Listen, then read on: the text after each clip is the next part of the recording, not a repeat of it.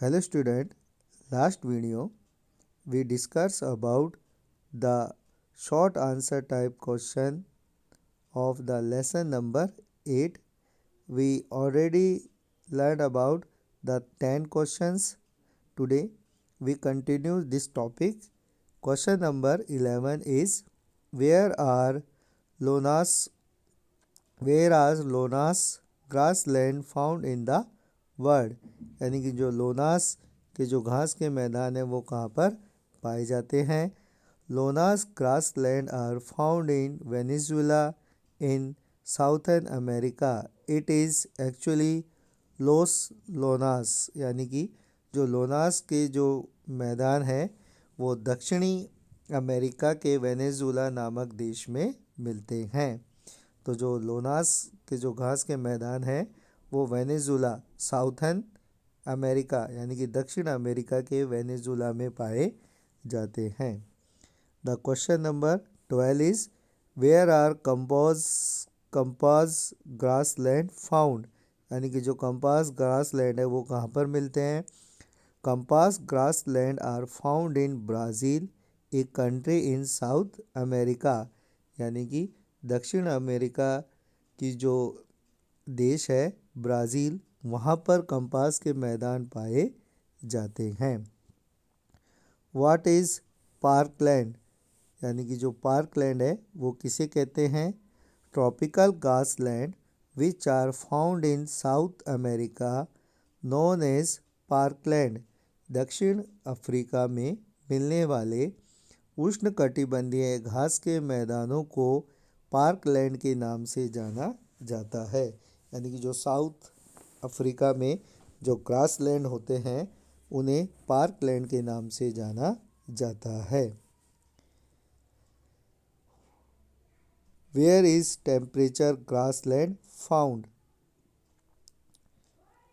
Temperature grass land are found between 30 degree to 45 latitude western side of continent, यानी कि शीतोष्ण कटिबंधीय घास के मैदान 30 डिग्री से लेकर 45 डिग्री अक्षांश के बीच महाद्वीपों के पश्चिम भागों में फैले हुए हैं, यानी कि जो टेम्परेचर ग्रास लैंड है वो 30 डिग्री टू 45 डिग्री लेटाट्यूड में हमें देखने को मिलते हैं। What are steppes found, where are steppes found, यानी कि जो स्टेपीज हैं वो कहाँ मिलते हैं। Steppes are found in Europe and Asia, यानी कि जो स्टेपीज जो घास के मैदान हैं वो यूरोप और एशिया में पाए जाते हैं। वेयर आर पंपाज फाउंड, जो पंपाज हैं वो कहाँ पे मिलते हैं। Pampas grass land are found in a country named Argentina in South America, जो साउथ अमेरिका है यानी कि जो दक्षिण अमेरिका के अर्जेंटीना नाम के जो राष्ट्र है वहाँ पे पंपास के घास के मैदान पाए जाते हैं। Next question number 17 is what do you understand by the term nomadic herding, यानी कि जो चलवासी पशुचरण से आप क्या समझते हैं।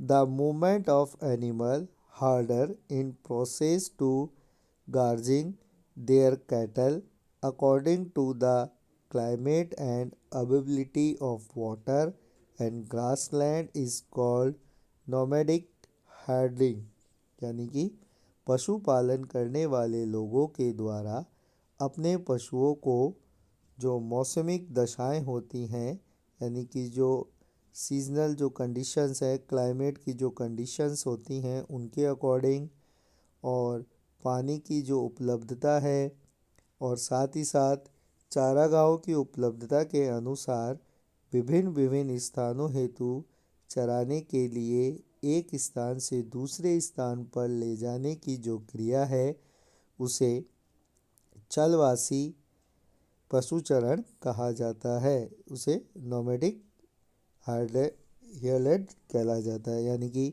जो पशु चराने वाले जब लोग हैं वो जो क्लाइमेट यानी कि जलवायु, वाटर और ग्रास लैंड की जो उपयोगिता है उसके अनुसार अपने पशुओं को एक स्थान से दूसरे स्थान पर ले जाते हैं, उसे नोमैटिक हर्डलिंग कहा जाता है। The question number 18 is what is transformations यानी कि ऋतु प्रवास किसे कहते हैं। Movement of animal harder to a new area and region to or country in order to find food, herding their cattle or subsisting livelihood for a short period is called transformations यानी कि ग्रीष्म काल में यानी कि जब वर्ष जो ग्रीष्म ऋतु होती है मैदानी भागों से पर्वतीय चारागाहों की ओर तथा शीतकाल में पर्वतीय भागों से मैदानी भागों की ओर पशु चरण होने वाले का प्रवास ऋतु प्रवास कहलाता है। मतलब जो माउंटेन एरियाज़ है वहाँ से और जो मैदानी जो क्षेत्र है वहाँ से पर्वतों की ओर जाना ग्रीष्मकाल में, और जो विंटर सीजन है उसमें माउंटेन एरियाज से प्लेन एरियाज में आना ऋतु प्रवास कहलाता है। The question number 19 is name the tribes for Himalaya region वो come to the plain for transformations यानी कि भारत में हिमालय के पर्वतीय क्षेत्र में कौन सी जाति समूह ऋतु प्रवास करती हैं। The group of Gurjar, Bakarwal, Gaddi and बहुतिया tribe come into the plain for Himalaya region in winter. Bharat में हिमालय के पर्वतीय क्षेत्रों से गुर्जर, बकरवाल, गद्दी और भूतिया लोगों का समूह ऋतु प्रवास के लिए विंटर में जो हिमालय रीजन से प्लेन रीजन में आता है। The question number 20 is what are the main causes of describing population for nomadic pastorage at present यानी कि जो वर्तमान में चलवासी पशुचरण की संख्या घटने के कोई दो कारण बताइए कि ऐसे कौन से रीज़न हैं जिनके कारण जो पशु चराने वाले लोग एक स्थान से दूसरे स्थान पर जाना उनका कम हो गया है। तो first reason is impositions of political limit यानी कि राजनीतिक सीमाओं का अधिरोपण। इट मीन्स जो कंट्रीज़ होती हैं उनके बीच में जो पॉलिटिकल लाइंस है उनकी लिमिटेशन के कारण अब जो पशुओं को चराने वाले लोग एक जगह से दूसरी जगह जाना उनका सीमित हो गया है। The second reason is the planning for settlement for tribe by the government यानी कि जो गवर्नमेंट है यानी कि जो सरकारें हैं सरकारों के द्वारा जो ट्राइब्स हैं यानी कि जो आदिवासी जो जातियां हैं उनको एक ही जगह परमानेंट स्टेट सेटलमेंट एक ही जगह बसाने के लिए नई बस्तियों की जो योजना बनाना प्रारंभ किया गया है। इसलिए अब जो पशुचरण की क्रिया है वो कम देखने को मिलती है।